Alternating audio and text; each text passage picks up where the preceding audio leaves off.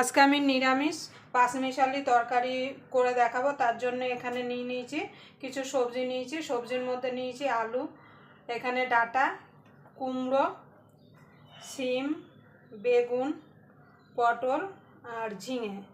আমার ঘরে যে সবজিগুলো ছিল সেই সবজিগুলো দিয়েই আমি বানাচ্ছি। আপনারা আপনাদের পছন্দ মতো সবজি এখানে অ্যাড করতে পারেন।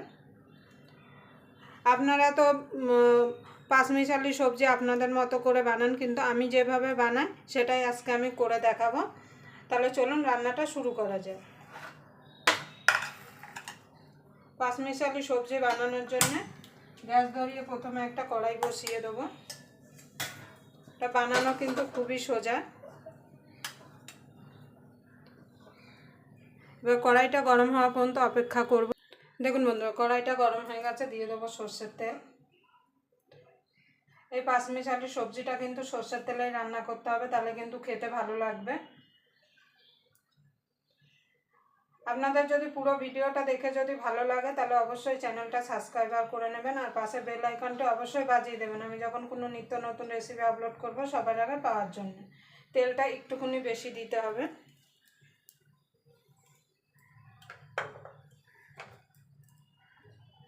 দেখুন বন্ধুরা, তেলটা গরম হয়ে গেছে, বাদামটা ভেজে নেব। আমি এখানে বাদাম দিচ্ছি, আপনারা বাদামের বদলে কিন্তু ছোলা ভেজানো দিতে পারেন। আমি ছোলাটা ভেজাতে ভুলে গেছি বলে তাই বাদাম দিচ্ছি।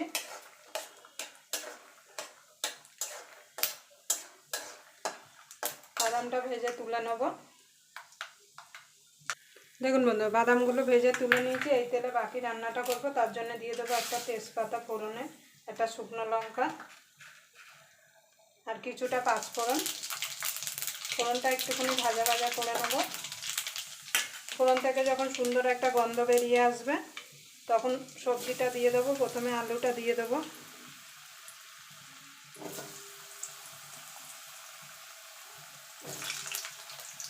আলুটা একটুখানি নাড়াচাড়া করে নেব।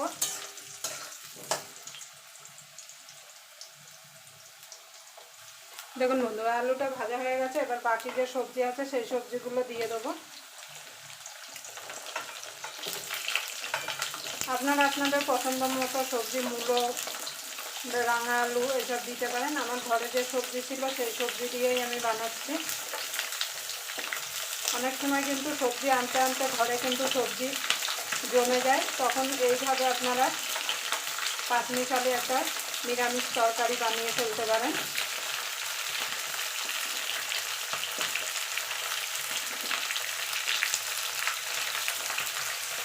বেগুনটা একটু পরে দেবো।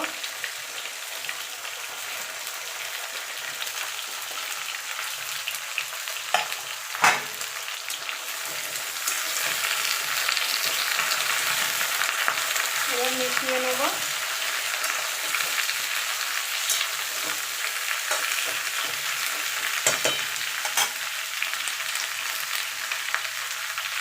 নুন দিয়ে দেবো স্বাদ মতো। নুনটা দিলে কী হবে, সবজিটা তাড়াতাড়ি নরম হয়ে যাবে। এবার ঢাকা দিয়ে সবজিটা মিনিট দুয়েক আমি নাড়াচাড়া করে নেব। মাঝে মাঝে কিন্তু একটু নেড়ে দিতে হবে।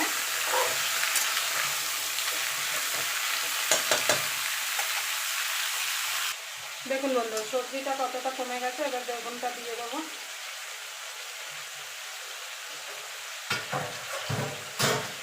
বেগুনটা দিয়ে নাড়াচাড়া করে দেবো।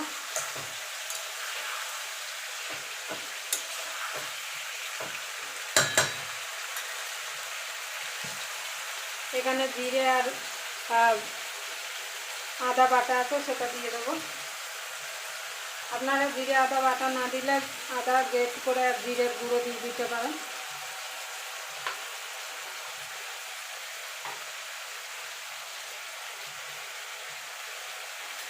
এবার ভালো করে মিশিয়ে নেব। মিশিয়ে এটাকে ঢাকা দিয়ে আরও মিনিট দিয়ে রান্না করে নেব। মাঝে মাঝে কিন্তু ঢাকা খুলে নেড়ে দিতে হবে, না হলে কিন্তু তলা থেকে লেগে যাবে।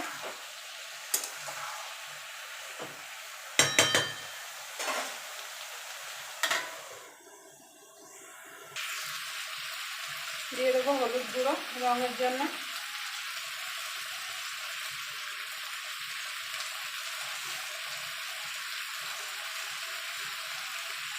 দিয়ে দেবো চিনি। এবার ভালো করে মিশিয়ে নেব। মিশিয়ে গ্যাসটা লো টু মিডিয়ামে রেখে ঢাকা দিয়ে এটাকে আমি একটু রান্না করে নেব মিনিট 3-4 ধরে। তাতে কী হবে, সবজিগুলো সুন্দর সিদ্ধ হয়ে যাবে।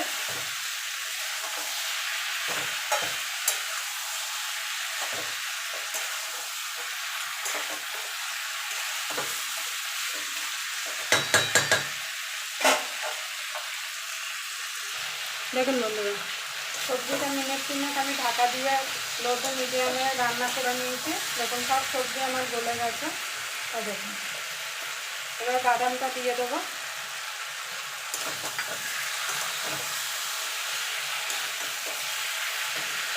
আপনারা চাইলে কিন্তু বড়ি ভেজেও এর মধ্যে দিতে পারেন।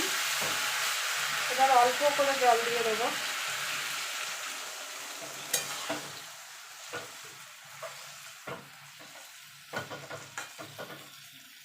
এবার এটাকে ঢাকা দিয়ে আমি রান্না করে নেব।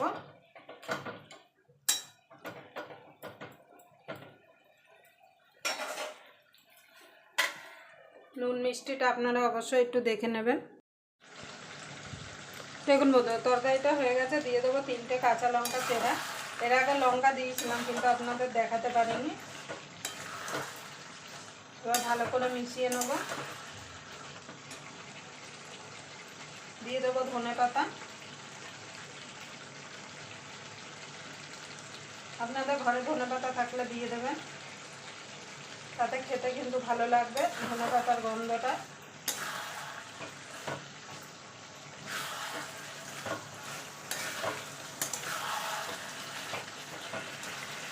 দিয়ে দেবো ভাজা মশলা, ধনের গুঁড়া, গোটা ধনে আর গোটা জিরে শুকনো খোলায় ভেজে গুঁড়ো করে রেখেছিলাম, সেটা দিয়ে দিলাম।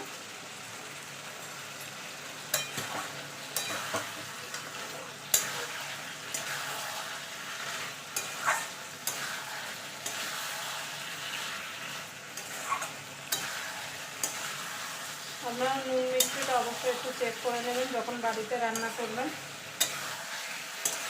দেখুন কালারটা দেখুন কত সুন্দর এসছে, আর দেখতেও দেখুন কত সুন্দর লাগছে।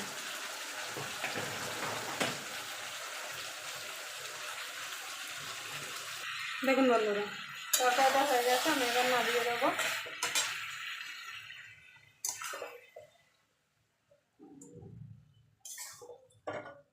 আবার আপনাদের সঙ্গে কোনো নতুন রেসিপি নিয়ে দেখা হবে। ততক্ষণ পর্যন্ত আপনারা ভালো থাকবেন, সুস্থ থাকবেন।